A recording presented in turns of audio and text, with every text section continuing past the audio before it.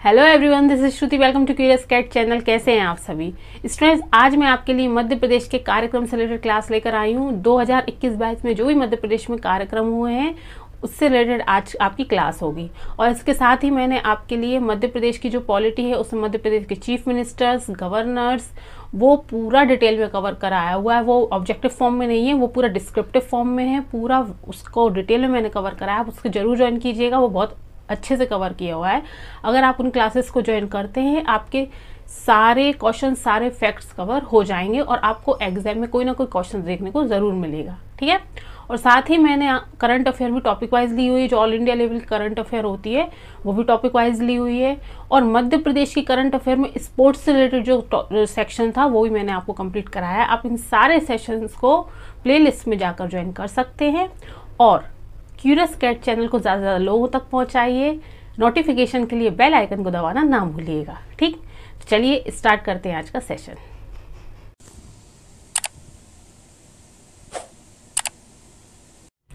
Question number 1 is अनुभूति कार्यक्रम का आयोजन कौन से राष्ट्रीय उद्यान में किया गया? अनुभूति कार्यक्रम का आयोजन कौन से राष्ट्रीय उद्यान में किया गया? कान्हा किसली वन विहार, पेंच राष्ट्रीय उद्यान या बानवगढ़ राष्ट्रीय उद्यान? तो इसका आंसर है ऑप्शन नंबर 2, वन विहार राष्ट्रीय उद्यान। देखिए, वन विहार राष्ट्रीय उद्यान की जो स्थापना वो हुई थी 1979 में। और इसे जब राष्ट्रीय उद्यान कब बनाया गया तो ये बनाया गया था 26 जनवरी 1983। 1983 में इसे राष्ट्रीय उद्यान घोषित किया गया। और जो वन विहार राष्ट्रीय उद्यान है, यहाँ पहला, पूरे भारत का पहला ISO प्रमाणित क्या है? चिड़ियाघर।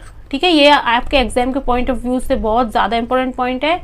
ISO प्रमाणित चिड़ियाघर कहाँ पे है? वन विहार राष्ट्रीय उद्यान में है। ठीक, और पहला सर्प जो उद्यान है वो कहाँ पे है? वो भी वन विहार में। ठीक, ये आपके जो पॉइंट्स है एग्जाम के पॉइंट ऑफ व्यू से बहुत ज्यादा इंपॉर्टेंट है। देखिए, जो अनुभूति कार्यक्रम है इसका आयोजन जो किया गया है वो कब किया गया है? 13 जनवरी 2022 में। आपको एग्जाम में ये डेट भी पूछी जा सकती है कि अनुभूति कार्यक्रम का आयोजन कब किया गया था। तो ये किया गया 13 जनवरी 2022 में। और किनके द्वारा किया गया? इको पर्यटन विकास बोर्ड द्वारा। और जो इको पर्यटन विकास बोर्ड है इसकी स्थापना कब हुई है? 2005 में। आपको जो भी डेट्स में आपको अलग से नोट डाउन करा रही हूँ, जो भी फैक्ट्स अलग से बता रही हूँ नोट डाउन करके, वो आपको साथ का नोट डाउन करते जाना है। क्योंकि सारे पॉइंट्स जो भी मैं आपको बताती हूँ एग्जाम के पॉइंट ऑफ व्यू से आपको कुछ भी पूछा जा सकता है। ये देखिए, ये 2005 में हुई किसकी स्थापना? इको पर्यटन विकास बोर्ड की स्थापना। और ये जो हुई है ये Madhya Pradesh society act 1973। Eco पर्यटन विकास बोर्ड की जो स्थापना हुई है मध्य प्रदेश सोसाइटी एक्ट 1973 के अंतर्गत सन 2005 में हुई है। और एक्ट पूछा जाए तो एक्ट कौन सा था? मध्य प्रदेश सोसाइटी एक्ट 1973 और ईयर है 2005, इको पर्यटन विकास बोर्ड। ठीक, और इसमें जो है महिला वर्ग के लिए प्रशिक्षण सह जागरूकता शिविर आयोजित किए गए। आपको ये डेट याद रखनी है और किन की देख रेख में ये वाला कार्यक्रम आयोजित किया गया। आपको डायरेक्ट क्वेश्चन पूछा जाएगा, अनुभूति कार्यक्रम का जो आयोजन है किन की देख रेख में किया गया? तो आंसर हो जाएगा इको पर्यटन विकास बोर्ड। और कब किया गया? 13 जनवरी सन 2022 में किया गया। और कौन से राष्ट्रीय उद्यान में किया गया? तो वन विहार राष्ट्रीय उद्यान में किया गया। और जो वन विहार राष्ट्रीय उद्यान से रिलेटेड जो इंपॉर्टेंट फैक्ट्स हैं वो ये रहे। ये सारे फैक्ट्स आपको पता होना चाहिए। ISO प्रमाणित चिड़ियाघर है, ये बहुत ज्यादा इंपॉर्टेंट फैक्ट है। ठीक है, और सर्प उद्यान भी है। ठीक, ये भी सारे पॉइंट एग्जाम के पॉइंट ऑफ व्यू से इंपॉर्टेंट है। चलिए देखते हैं next question. Next question is आत्मनिर्भर नारी शक्ति संवाद में मध्य प्रदेश की मास्टर कृषि सखी से संवाद किया गया। कौन सा कार्यक्रम था? ये था आत्मनिर्भर नारी शक्ति संवाद कार्यक्रम। इसमें मास्टर कृषि सखी से संवाद किया गया। और वो कौन से जिले की हैं? खरगोन, छिंदवाड़ा, अनूपपुर या खंडवा? तो इसका आंसर है ऑप्शन नंबर 3, अनूपपुर। ये कहाँ से बिलोंग करती हैं? अनूपपुर से। अब देखिए, ये जो कार्यक्रम है इस कार्यक्रम के माध्यम से प्रधानमंत्री नरेंद्र मोदी ने अनूपपुर जिले की पुष्पराजगढ़ तहसील की मास्टर कृषि सखी चंपा, इनका नाम क्या है? चंपा। इनका नाम भी आप याद रखिए, आपसे एग्जाम में नाम पूछा जा सकता है। तो इनका नाम था चंपा। किनसे संवाद किया? प्रधानमंत्री नरेंद्र मोदी ने चंपा और इन्होंने क्या है, प्रधानमंत्री नरेंद्र मोदी ने जो संवाद किया था महिलाओं से, वो कितने राज्यों की महिलाएं थी? टोटल 5 राज्यों की महिलाओं से संवाद किया था। और वो कौन कौन से राज्य से किस बिलोंग करती हैं वो भी मैं आपको बताती हूँ। देखिए, उत्तर प्रदेश, उत्तराखंड, मणिपुर, तमिलनाडु और मध्य प्रदेश। ये 5 राज्य थे जहां से प्रधानमंत्री नरेंद्र मोदी ने जहां महिलाओं से संवाद किया। उत्तर प्रदेश, उत्तराखंड, मणिपुर, तमिलनाडु और मध्य प्रदेश, इन 5 राज्यों की महिलाओं से प्रधानमंत्री नरेंद्र मोदी ने आत्मनिर्भर नारी शक्ति जो कार्यक्रम था उसमें संवाद किया, कन्वर्सेशन किया। आपको ये पूछा जा सकता है, आपको क्या 4 ऑप्शन दे दिए जाएंगे, क्वेश्चन पूछा जा सकता है इस तरह का कि इनमें से कौन से राज्य की महिलाएं जिनसे संवाद नहीं किया गया था। 4 में से 3 ऑप्शन होंगे जिनमें उत्तर प्रदेश हो सकता है, मणिपुर हो सकता है, तमिलनाडु। तो इसलिए 5 राज्य भी आपको याद होना चाहिए कि उत्तर प्रदेश, उत्तराखंड, मणिपुर, तमिलनाडु और मध्य प्रदेश। अब आपको मैं इसको याद करने की ट्रिक बताती हूँ। देखिए, जब संवाद करेंगे तो प्रधानमंत्री नरेंद्र मोदी हैं जो महिलाओं से उनसे आंसर मांगेंगी। क्या मांगेंगी? उत्तर मांगेंगी। ठीक है, तो उत्तर तो दोनों में आ रहा है, एक उत्तर प्रदेश हो गया, एक उत्तराखंड हो गया। ठीक, अब देखिए, अब जो महिला को मणि एक तरह का क्या होता है? आभूषण। महिलाओं को आभूषण पसंद होते हैं, ज्वेलरीज पसंद होती हैं। तो मणिपुर से आप क्या कर सकते हैं? याद कर सकते हैं। और कौन सी लैंग्वेज में किया? तमिल भाषा में किया। और मध्य प्रदेश तो आपको याद ही रहेगा। ठीक है, मतलब जो प्रधानमंत्री नरेंद्र मोदी उन्होंने जो महिलाओं से कन्वर्सेशन किया, जो संवाद किया, वो तमिल भाषा में किया और उनसे उत्तर मांगे। तो उत्तर प्रदेश और उत्तराखंड, ये दोनों चीजें आपको याद हो जाएंगी। और क्यों? और जो महिलाओं से संवाद किया गया है, चूंकि ये महिलाओं से रिलेटेड है, फीमेल से रिलेटेड है, महिलाओं को ज्वेलरी पसंद होती है, आभूषण पसंद होते हैं, तो मणि से रिलेटेड याद करके, मणि से कनेक्ट करके आप इसको याद कर सकते हैं। तो आपको 5 राज्य ये याद हो जाएंगे। ठीक है, चलिए अब देखते हैं इसके बारे में कुछ डिटेल। इस कार्यक्रम का जो आयोजन है ये मैंने आपको बता दिया। अब इनमें क्या है, महिलाओं ने राज्यों में जाकर उन्नत कृषि व जैविक कृषि तकनीकी की जानकारियां दी। ठीक है, जो जैविक कृषि होती है उसकी जानकारियां दी है महिलाओं ने। अब देखते हैं नेक्स्ट क्वेश्चन, और ये ट्रिक आप बिल्कुल नहीं भूलेंगे जो मैंने आपको बताई है। नेक्स्ट क्वेश्चन है, खादी सावन मेले का आयोजन मध्य प्रदेश के कौन से जिले में हुआ है? कौन सा मेला था ये? खादी सावन मेला। इसका आयोजन मध्य प्रदेश के कौन से जिले में हुआ है? ग्वालियर, भोपाल, छतरपुर या इंदौर? तो इसका आंसर है ऑप्शन नंबर 2, हमारे मध्य प्रदेश की कैपिटल भोपाल में। ठीक है, और ये हमारे मध्य प्रदेश की प्रशासनिक राजधानी भी है, ये भी आप याद रखिए पॉइंट। देखिए, जो मध्य प्रदेश खादी व ग्रामोद्योग बोर्ड है, इनके द्वारा शहर में खादी सावन मेले का आयोजन किया गया है। आप जो भी मैं आपको ये बता रही हूँ ना, कि जैसे मैंने पर्यटन, इको पर्यटन विभाग के द्वारा वो कार्यक्रम कंडक्ट कराया गया था, और ये वाला जो कार्यक्रम है ये किनके द्वारा कंडक्ट कराया गया है? ये कराया गया था मध्य प्रदेश खादी व ग्रामोद्योग बोर्ड द्वारा। ये चीजें आपको याद रखना जरूरी है। ठीक है, और इसका आयोजन कब किया गया है? ये किया गया था 10 अगस्त 2021 से 21 अगस्त 2021 तक इसका आयोजन किया गया है। और इस मेले का शुभारंभ मध्य प्रदेश खादी व ग्रामोद्योग प्रबंध संचालक श्रीमती अनुभा श्रीवास्तव ने किया। अब आपसे देखो, ये करंट अफेयर का क्वेश्चन है, लेकिन क्वेश्चन आपसे कैसे पूछा जा सकता है? मध्य प्रदेश खादी व ग्रामोद्योग जो बोर्ड है उसकी प्रबंध संचालक कौन है? इस तरीके का क्वेश्चन आपसे पूछा जा सकता है ना। तो जो भी, जैसे जो करंट अफेयर में जो नाम आते हैं, कोई भी विभाग हुआ या कोई ऑर्गेनाइजेशंस हुई, तो उनमें जो करंट अफेयर से रिलेटेड चीजें होती है ना, वो मैक्सिमम पूछी जाती है, जबकि वो होता है स्टैटिक पोर्शन है ना। तो करंट अफेयर जब भी आप पढ़ते हैं तो पहले ये देखिएगा, करंट अफेयर में स्टैटिक डेटा जो आ रहा है ना उसको जरूर नोट डाउन करिए, क्योंकि स्टैटिक पोर्शन भी करंट अफेयर से ही निकल के आता है। इसलिए करंट अफेयर को ना बहुत अच्छे से पढ़ना चाहिए, है ना। और मैंने आपको जो सेशन लिए हुए हैं ऑल इंडिया लेवल की जो करंट अफेयर कराई है वो बहुत अच्छे से डिटेल में कराई है। आपको स्टैटिक पोर्शन भी साथ के साथ कवर कराया है कि कौन से ऑर्गेनाइजेशन के हेड कौन है, इनका हेड क्वार्टर क्या है, ये सारी चीज़ें एग्जाम के पॉइंट ऑफ व्यू से बहुत इंपॉर्टेंट होती हैं। ठीक, तो इसका आंसर है अनुभा श्रीवास्तव। मध्य प्रदेश खादी ग्रामोद्योग का जो मुख्यालय है, हेड क्वार्टर, देखिए अब आपसे हेड क्वार्टर भी पूछा जा सकता है, तो ये हो जाएगा भोपाल में। इसका आयोजन भी कहाँ किया गया है? भोपाल में। ठीक, चलिए नेक्स्ट क्वेश्चन देखते हैं। नेक्स्ट क्वेश्चन इज, तितली सर्वेक्षण का कार्यक्रम मध्य प्रदेश के कौन से अभ्यारण्य में किया गया है? तितली सर्वेक्षण, रालामंडल, नौरादेही, रातापानी या घाटी गांव अभ्यारण्य? तो इसका आंसर है ऑप्शन नंबर 3, रातापानी। जो रातापानी है वो कहाँ पे है? रायसेन जिले में है। और इसकी जो स्थापना हुई है कब हुई है, 1973 में। ये दोनों पॉइंट्स आपको पता होना चाहिए। अब देखिए ये वाला जो क्वेश्चन है तितली सर्वेक्षण वाला, ये आया करंट अफेयर में, और जो रातापानी है वो है स्टैटिक पोर्शन। ये तो फिक्स है कि रातापानी अभ्यारण्य रायसेन में। तो जो करंट अफेयर में जो स्टैटिक जी के आ रही ना, ये एग्जाम में पूछने के चांसेस बहुत ज़्यादा होते हैं। ठीक है, अब आपसे ना एग्जाम में जरूरी नहीं कि तितली सर्वेक्षण का कार्यक्रम ही पूछा जाए, आपसे अब क्वेश्चन डायरेक्ट ये भी पूछा जा सकता है कि रातापानी अभ्यारण्य कब है या इसकी स्थापना कब हुई है, या रातापानी से रिलेटेड कोई भी फैक्ट आपसे पूछा जाता है। बिकॉज क्योंकि ये जो अभ्यारण्य जैसे वन विहार हुआ, ये भी करंट अफेयर में आया हुआ है, इसलिए करंट अफेयर का जो स्टैटिक है ना वो बहुत इंपॉर्टेंट होता है। ठीक, तो रातापानी इसका आंसर है। और नौरादेही जो है हमारे मध्य प्रदेश का सबसे बड़ा अभ्यारण्य है, और ये सागर में। ठीक है, चलिए अब नेक्स्ट देखते हैं। देखिए जो सर्वेक्षण का जो कार्यक्रम है वो कब किया गया था, 10 से 12 सितंबर में किया गया था। ये जो कार्यक्रम है वन मंडल अब्दुल्लागंज द्वारा, एनजीओ चाइल्ड वॉरियर्स इंदौर व तिनशा फाउंडेशन के सहयोग से, ये इन तीनों के सहयोग से किया गया है। कौन कौन थे इसमें शामिल हैं, अब्दुल्लागंज द्वारा, वन मंडल जो अब्दुल्लागंज है, और एनजीओ चाइल्ड वॉरियर्स इंदौर और तिनशा फाउंडेशन। ये तीनों चीजें आपको याद रखनी है कि ये जो ऑर्गेनाइज किया गया है या इसका आयोजन किया गया है वो किन्होंने मिलकर किया है। ठीक है, चलिए हम नेक्स्ट देखते हैं। नेक्स्ट क्वेश्चन इज राष्ट्रीय आयुर्वेद कार्यक्रम का आयोजन कहाँ किया गया है। राष्ट्रीय आयुर्वेद कार्यक्रम भोपाल, जबलपुर, इंदौर या ग्वालियर। तो इसका आंसर है ऑप्शन नंबर 1 भोपाल।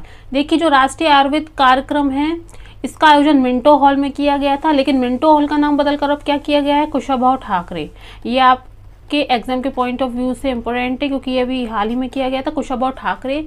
तो ये आपको पता होना चाहिए। इस कार्यक्रम ये कार्यक्रम है, इस कार्यक्रम की अध्यक्षता किसने की है, मध्य प्रदेश के राज्यपाल श्री मंगू भाई पटेल ने इस कार्यक्रम की अध्यक्षता की थी।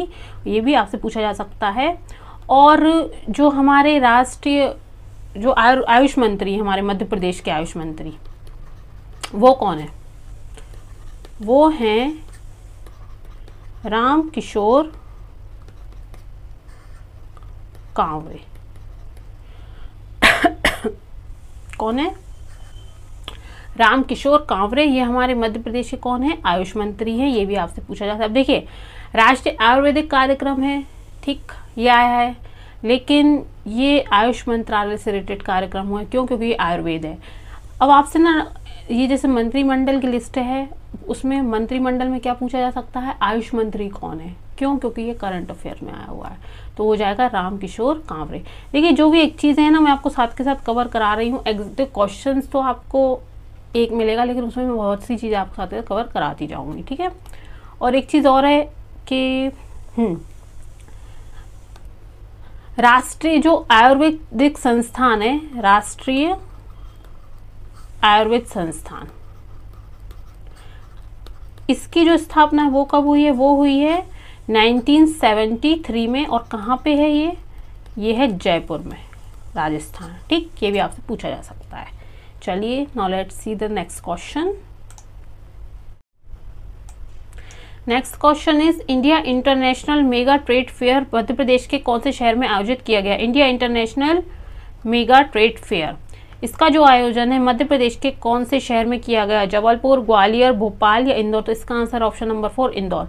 देखिए जो India international mega trade fair था, इसमें कितने कंट्रीज ने पार्टिसिपेट किया था, तो टोटल 8 कंट्री हैं, 8 देशों ने भाग लिया है। ठीक है, 8 कंट्रीज से 8 कंट्रीज ने पार्टिसिपेट किया। वो कौन कौन सी कंट्रीज थी, वो थी Afghanistan, Malaysia, Bangladesh, Iran, Turkey, Dubai, Singapore और हमारा प्यारा देश भारत। ठीक, ये जो कंट्रीज हैं ये थी, और ये है हमारा प्यारा देश भारत। ठीक है, इन कंट्रीज ने 8 कंट्रीज ने पार्टिसिपेट किया है। अब आपको क्वेश्चन ना पूछा जा सकता है कि India international mega trade fair में इनमें से कौन सी कंट्री नहीं है, तो कोई भी आपको 3 ऑप्शन दे दिए जाएंगे, जो होगी और जो नहीं होगी वो आपको एक अलग से दे दिया जाएगा। ठीक, तो इसलिए आपको इन 8 देशों के नाम याद रखने हैं और इन 8 देशों के आपको कैपिटल भी याद रखनी है, करेंसी भी याद रखनी है, बिकॉज ऑफ ये आपके करंट अफेयर का टॉपिक है, करंट अफेयर में आया हुआ है, लेकिन आपको इसका स्टैटिक डेटा याद रखना है। इन 8 कंट्रीज की आपको करेंसी, कैपिटल, ठीक, जरूर याद रखनी है। और हाँ, एक चीज़ और है, जैसे कि अपन कंट्रीज़ के साथ समझौते होते हैं इंडिया के अलग अलग कंट्रीज़ के साथ, वो भी आप क्या है साथ का डायमेंशंस देखिए, कहाँ कहाँ से किन किन एरिया से क्या क्या चीज़ें पूछी जा सकती हैं। ठीक, जैसे कंट्री के राष्ट्रपति हो गए, प्रधानमंत्री हो गए, या जो हमारे प्रधानमंत्री कहीं किसी दूसरी कंट्री में विजिट में गए हुए हैं, दौरे पर गए हुए हैं, तो वो सारी चीज़ें उस कंट्री की आपको कैपिटल, करेंसी, राष्ट्रपति और प्रधानमंत्री जो है, ये सारी चीज़ें आपको याद होना चाहिए। ठीक, चलिए अब देखते हैं। इसका जो आयोजन है इंदौर के अभय प्रशाल स्पोर्ट्स क्लब में हुआ है। ये क्लब है, कहाँ हुआ है? अभय प्रशाल स्पोर्ट्स क्लब में हुआ है। आपसे ये क्वेश्चन डायरेक्ट पूछा जा सकता है कि India international mega trade fair का जो आयोजन है मध्य प्रदेश के कौन से स्टेडियम में किया गया था? तो ये है अभय प्रशाल स्पोर्ट्स स्टेडियम। इसका जो आयोजन है 27 अगस्त से 5 सितंबर तक किया गया है। इसमें 8 कंट्री, जैसे मैं आपको बता चुकी हूँ, और 12 राज्यों की कंपनी के प्रोडक्ट्स को दिखाया गया था। प्रोडक्ट्स का जो प्रेजेंटेशन, उसका प्रदर्शन किया गया था। इसका उद्देश्य है प्रदेश में औद्योगिक विकास, प्रदेश के उद्यमियों को तकनीकी प्लेटफॉर्म प्रदान करना, ये इसका पर्पज है। चलिए नेक्स्ट क्वेश्चन है, ई शपथ कार्यक्रम का उद्देश्य क्या है? ये मध्य प्रदेश में जो ई शपथ कार्यक्रम आयोजित किया गया है, इसका पर्पज क्या है? महिला सशक्तिकरण को बढ़ावा देना, रोजगार में वृद्धि, पर्यावरण सुरक्षा, या नशा दवाओं की रोकथाम, जो नशीली दवाएं हैं उसकी रोकथाम। तो इसका आंसर ऑप्शन नंबर 4, नशीली दवाइयों की रोकथाम। देखिए, जो ये कार्यक्रम है, ई शपथ सर्टिफिकेट नारकोटिक्स कंट्रोल ब्यूरो द्वारा जारी किया गया है। ये भी आपको एग्जाम में पूछा जाएगा। क्यों? देखिए, नारकोटिक्स कंट्रोल बोर्ड है, इनका जो काम है यही है कि नशीली चीज़ों को, नशीली पदार्थों की रोकथाम करना। इसलिए इनकी रोकथाम के लिए जो सर्टिफिकेट जारी किया, किन्होंने किया है? नारकोटिक्स कंट्रोल ब्यूरो ने किया है। और इस कार्यक्रम का उद्देश्य है जन जन में नशीली दवाओं के बुरे प्रभाव के विरुद्ध जागरूकता फैलाना, कि जो भी नशीले प्रोडक्ट्स हैं उनका यूज़ बिल्कुल ना करें। ठीक, उनको जागरूकता, उनको एजुकेट करना कि इसके क्या बुरे प्रभाव होते हैं। तो ये जो कार्यक्रम चलाया गया था, इसी उद्देश्य से चलाया गया है। चलिए नेक्स्ट क्वेश्चन देखते हैं। अटल सागर बांध का लोकार्पण कहाँ किया गया है? ग्वालियर, इंदौर, अगरमालवा या खरगोन? तो इसका आंसर है ऑप्शन नंबर 3, अगरमालवा में। ठीक जो अगरमालवा है, ये क्या है? मध्य प्रदेश का 51वां जिला है और ये 2013 में बनाया गया है। और यहाँ जो पूरे भारत का सबसे पहला गौ अभ्यारण्य खोला गया है। ये दोनों पॉइंट्स एग्जाम के पॉइंट ऑफ व्यू से इंपॉर्टेंट है। 51वां जिला है, 51st, ठीक है, 2013 में बनाया गया था। और गौ अभ्यारण्य कहाँ है पूरे भारत का पहला? तो वो है अगरमालवा में। अब देखिए, जो ये अटल सागर बांध है, इसका लोकार्पण किन के द्वारा किया गया है? तो ये किया गया था हमारे जो मध्य प्रदेश के मुख्यमंत्री शिवराज सिंह चौहान ने किया था। और ग्राम कुंडलिया में इस बांध का, ये आपका ग्राम जो है कुंडलिया, कौन सा गांव था? ये कुंडलिया। और जो लोकार्पण है वो किसने किया था? शिवराज सिंह चौहान ने। ये भी आपसे पूछा जा सकता है। और इसकी जो लागत है ये भी आप याद रखिए, 4 करोड़। और इसकी सिंचाई क्षमता क्या है? तो ये है लगभग 535 गांव की ये सिंचाई करने की क्षमता ये बांध रखता है। ठीक, ये सारे एग्जाम के पॉइंट ऑफ व्यू से जितनी भी जो डायमेंशन है, सारे इंपॉर्टेंट पॉइंट मैंने आपको कवर करा दिए हैं। अब देखते हैं नेक्स्ट क्वेश्चन। मटर फेस्टिवल का आयोजन कहाँ किया गया है? जो मटर फेस्टिवल है, इसका आयोजन कौन से जिले में किया गया? ग्वालियर, जबलपुर, इंदौर या भोपाल? तो इसका आंसर है ऑप्शन नंबर 2, जबलपुर। ठीक, धुआंधार भी जबलपुर में है ना, मदन महल भी जबलपुर में है। ये सारी चीज़ें तो आप याद रखिएगा, जो भी डिस्ट्रिक्ट्स हैं उनके इंपॉर्टेंट पॉइंट आप याद रखिए। और मटर फेस्टिवल का जो आयोजन किया गया है वो किया गया है जबलपुर में। अब देखते हैं इसके इंपॉर्टेंट पॉइंट्स। देखिए, जबलपुर की जो मटर जो फेस्टिवल इसका आयोजन किया गया था, जबलपुर की मटर की ब्रांडिंग और मार्केटिंग के लिए इसका आयोजन किया गया। जो जबलपुर की मटर है उसकी मार्केटिंग के लिए, एक तरह से एडवर्टाइजमेंट के लिए इसका आयोजन किया गया है। और इसका आयोजन smart city Jabalpur tourism promotion council, hotel association व उद्यानिकी विभाग के सहयोग से 25 से 30 सितंबर तक किया गया। क्या कौन कौन से जो इसमें चीज़ शामिल है, किन के द्वारा किया गया था? Jabalpur tourism promotion council, hotel association व उद्यानिकी विभाग के सहयोग से। कब किया गया? डेट्स तो आप सबकी याद रखिए, मैंने आपको डेट जो जो बताई हैं वो सारी याद रखिए। 25 से 30 दिसंबर के बीच मटर फेस्टिवल का आयोजन किया गया है। ठीक, नेक्स्ट क्वेश्चन इज, ये शाम मस्तानी मदहोश किए जा। ये शाम मस्तानी सॉन्ग तो आपने सुना ही होगा, बहुत फेमस सॉन्ग है। ये शाम मस्तानी जो कार्यक्रम है इसका आयोजन मध्य प्रदेश के कौन से जिले में किया गया है? ग्वालियर, भोपाल, इंदौर या खंडवा? तो इसका आंसर, आप जैसे ये सॉन्ग सुना ही होगा तो आपके माइंड में क्लिक करेगा खंडवा, बट इसका आंसर खंडवा नहीं है, इसका आंसर है भोपाल। जी हाँ, ये शाम मस्तानी कार्यक्रम का जो आयोजन है वो भोपाल में किया गया है और भोपाल के रविंद्र भवन में किया गया है। आप बिल्कुल भी कंफ्यूज मत होइएगा कि आप खंडवा लगा दें, इसका आयोजन है भोपाल में किया गया है और पार्श्व गायक किशोर कुमार के जन्मदिन पर किया गया है। और किशोर कुमार का जन्म जो हुआ था ये 4 अगस्त 4 अगस्त 1929 में हुआ है। कब हुआ है? 4 अगस्त 1929 में। और इनका जो नाम है आभास कुमार गांगुली, ये इनका रियल नेम है, ये भी आपसे पूछा जा सकता है। किशोर कुमार का रियल नेम है आभास कुमार गांगुली, उनका जन्म हुआ है 4 अगस्त 1929 में और खंडवा में हुआ है। और ये शाम मस्तानी कार्यक्रम का जो आयोजन है वो हुआ है भोपाल में, रविंद्र भवन में। ठीक, कंफ्यूज बिल्कुल मत होइएगा। चलिए नेक्स्ट क्वेश्चन, हल्दी महोत्सव का आयोजन किस जिले में हुआ है? छिंदवाड़ा, खरगोन, अनूपपुर या शहडोल? देखिए, तो इसका आंसर है शहडोल। इसको याद करने की मैं ट्रिक बताती हूँ।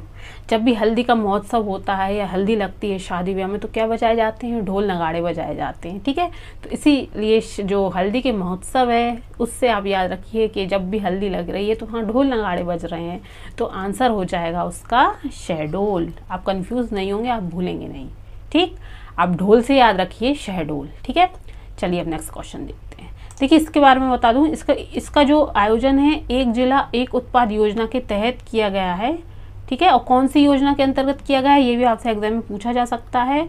इसका आयोजन एक जिला एक उत्पाद योजना के अंतर्गत किया गया है। किसका? हल्दी महोत्सव का आयोजन। इसका उद्देश्य हल्दी पर किसानों को प्रोत्साहित करना। ठीक, ये जो योजना है ना, कौन सी चीज़ किसके अंतर्गत स्टार्ट की गई है ना, जो भी मैंने आपको जो ऑर्गेनाइजेशन बताई है, जैसे इको पर्यटन बोर्ड बता दिया था, मतलब इस तरीके की चीज़ें आपसे ज़रूर पूछी जा सकती हैं। तो ये भी आपसे एग्जाम में पूछा जाएगा कि किस योजना के तहत ये स्टार्ट किया गया था। चलिए अब नेक्स्ट क्वेश्चन देखते हैं। नेक्स्ट क्वेश्चन इज, विक्रमोत्सव समारोह का आयोजन किस जिले में किया गया? ग्वालियर, उज्जैन, ओरछा या खंडवा? तो इसका आंसर है ऑप्शन नंबर 2 उज्जैन। हर हर महादेव, हमारे महादेव की नगरी है ना उज्जैन। तो उज्जैन पे हर 5 साल हर साल 5 दिवसीय ये जो कार्यक्रम है, कितने दिवसीय? हर साल, मतलब हर साल होता है और 5 दिवसीय कार्यक्रम है। कौन सा? विक्रमोत्सव कार्यक्रम। ठीक है, ये समारोह जो है 5 दिवसीय है। भारतीय उत्कर्ष एवं नवजागरण पर एकाग्र समागम विक्रमोत्सव का आयोजन कालिदास अकेडमी में किया गया। आपसे देखो, ये कालिदास अकेडमी पूछी गई है ना, कहाँ हुआ है इसका आयोजन, ये भी पूछा जा सकता है कि विक्रमोत्सव जो समारोह है इसका आयोजन मध्य प्रदेश की कौन सी अकेडमी में किया गया है, कौन से? तो उसका आंसर हो जाएगा कालिदास अकेडमी में। अब आपको कालिदास अकेडमी के बारे में, कब इसकी स्थापना हुई, ये सारी चीज़ें आपको पता होना चाहिए कि सर अवार्ड जो दिए जाते हैं कालिदास, ये सब मध्य प्रदेश सरकार द्वारा दिया जाता है। तो इससे रिलेटेड सारी चीज़ें आपको याद रखनी है। ठीक, और इस समारोह में विक्रमोत्सव शोधपीठ द्वारा प्रकाशित मूल्यवान पुस्तकों का विमोचन भी किया गया है। और प्रदेश के पर्यटन, संस्कृति व अध्यात्म मंत्री उषा ठाकरे, ये अध्यात्म मंत्री हैं जो उषा ठाकरे। अब देखिए, वो जो पहले था आयुष मंत्री, वो मैंने आपको याद कराए हैं। अब ये जो हैं पर्यटन, संस्कृति व अध्यात्म मंत्री हैं, कौन है ये? उषा ठाकरे। तो ये भी आपको याद रखना है। जो करंट अफेयर में मंत्री आ रहे हैं ना, वो तो आपको बहुत अच्छे से याद होना चाहिए, बिल्कुल भूलना नहीं है। वैसे तो सारी लिस्ट याद रखनी, लेकिन करंट अफेयर के में जो मंत्रिमंडल से रिलेटेड नाम आते हैं ना, वो एग्जाम में पूछने के चांसेस ज़्यादा रहते हैं, इसलिए आपको उसको तो बहुत अच्छे से कवर करना है। ठीक, तो इनका नाम है उषा ठाकरे, इन्होंने इस कार्यक्रम का शुभारंभ किया है। अब देखते हैं next question. Next question is stone art festival का आयोजन किस जिले में किया गया है? Stone art festival Jabalpur, Burhanpur, Katni या उज्जैन। देखिए स्टोन आर्ट फेस्टिवल आप इन दोनों कंफ्यूज हो सकते हैं, किन किन ऑप्शंस में, जबलपुर या कटनी। तो इसका आंसर है ऑप्शन नंबर 3 कटनी। ठीक है, ये जो स्टोन आर्ट फेस्टिवल है मध्य प्रदेश के कटनी जिले में किया गया था। ये पहला स्टोन आर्ट फेस्टिवल था, पहला स्टोन आर्ट फेस्टिवल था। ठीक है, अब इसे संस्करण में पूछा जा सकता है, ये कौन सा है? First edition. ठीक, यह जिला पुरातत्व पर्यटन और संस्कृति परिषद कटनी द्वारा 9 से 28 नवंबर तक आयोजित किया गया है। जिला पुरातत्व पर्यटन और संस्कृति परिषद कटनी द्वारा, ठीक, 9 से 28 नवंबर तक इसका आयोजन किया गया। नेक्स्ट है, नव भारत साक्षरता कार्यक्रम में कितने वर्ष से अधिक के नागरिकों को शिक्षित किया जाएगा? नागरिकों को शिक्षित किया जाएगा। 16 वर्ष, 12 वर्ष, 14 वर्ष या 15 वर्ष। तो इसका आंसर है ऑप्शन नंबर 4 15 वर्ष। जी हाँ, नव भारत साक्षरता जो कार्यक्रम है इसमें कितनी एज से ज़्यादा के बच्चे, अब देखिए आप कंफ्यूजन है एज से ज़्यादा के बच्चों को शिक्षित करना। देखिए इसमें इस कार्यक्रम का उद्देश्य जो है वो ये है, जो नव भारत साक्षरता कार्यक्रम जो था इसका पर्पज़ ये था कि जो एजुकेशन देनी है वो किन लोगों को देनी है, जो बेसिक एजुकेशन नहीं ले पाए हैं, जिन्होंने बेसिक एजुकेशन अपनी प्राथमिक शिक्षा को पूरा नहीं किया है अपनी जो एज में है ना, जो बेसिक एजुकेशन होना चाहिए वो कंप्लीट नहीं कर पाए, अपनी प्राथमिक शिक्षा नहीं कंप्लीट कर पाए हैं, जिनकी उम्र 15 साल से ज़्यादा है लेकिन वो एजुकेटेड नहीं है, तो उनको एजुकेशन देने के लिए नव भारत साक्षरता कार्यक्रम चलाया गया था, है ना। ये इसका पर्पस था। चलिए नेक्स्ट क्वेश्चन देखते हैं। देखिए जो कार्यक्रम से रिलेटेड जो क्वेश्चंस थे इंपॉर्टेंट वो मैंने सारे कवर करा दिए हैं। इसी तरीके से मैं आपको टॉपिक वाइज पूरा जो करंट अफेयर वो कंप्लीट कराऊंगी और साथ ही मैं जो मध्य प्रदेश की वीकली करंट अफेयर है वो भी स्टार्ट करूंगी। और करंट अफेयर के लिए आपको सारी चीज़ें कवर कराई जाएंगी, चाहे वो मध्य प्रदेश का करंट अफेयर हो, चाहे वो ऑल इंडिया लेवल का करंट अफेयर हो। करंट अफेयर आपको इस प्लेटफॉर्म पे पूरा कंप्लीट कराया जाएगा। और मध्य प्रदेश की जो डिटेल में सेशन वो भी मैं ले रही हूँ, जैसे मैंने मध्य प्रदेश का आपको जैसे पहले बता दिया है, मैंने आपको मध्य प्रदेश के मुख्यमंत्री कवर करा दिए, गवर्नर कवर कराए, राष्ट्रध्वज पूरा डिटेल में कवर कराया है।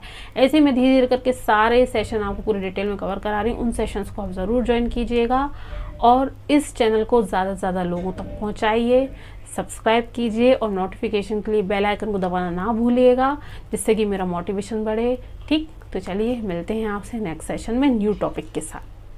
और मुझे आप कमेंट बॉक्स में ज़रूर बताइएगा कि आपको ये सेशन कैसा लगा, और आपको जो भी टॉपिक लेना हो, जो भी सेशन आपको लेना हो करंट अफेयर से रिलेटेड या MP की जी के उससे रिलेटेड क्वेश्चन जो भी ना बने, आपको सेशन लेना हो, आप मुझे कमेंट बॉक्स में ज़रूर बताइए। मैं आपको सारे सेशंस आपको कंप्लीट कराऊंगी, आपके लिए लेकर आऊँगी। ठीक है, तो मिलते हैं नेक्स्ट सेशन में। Take care, bye bye.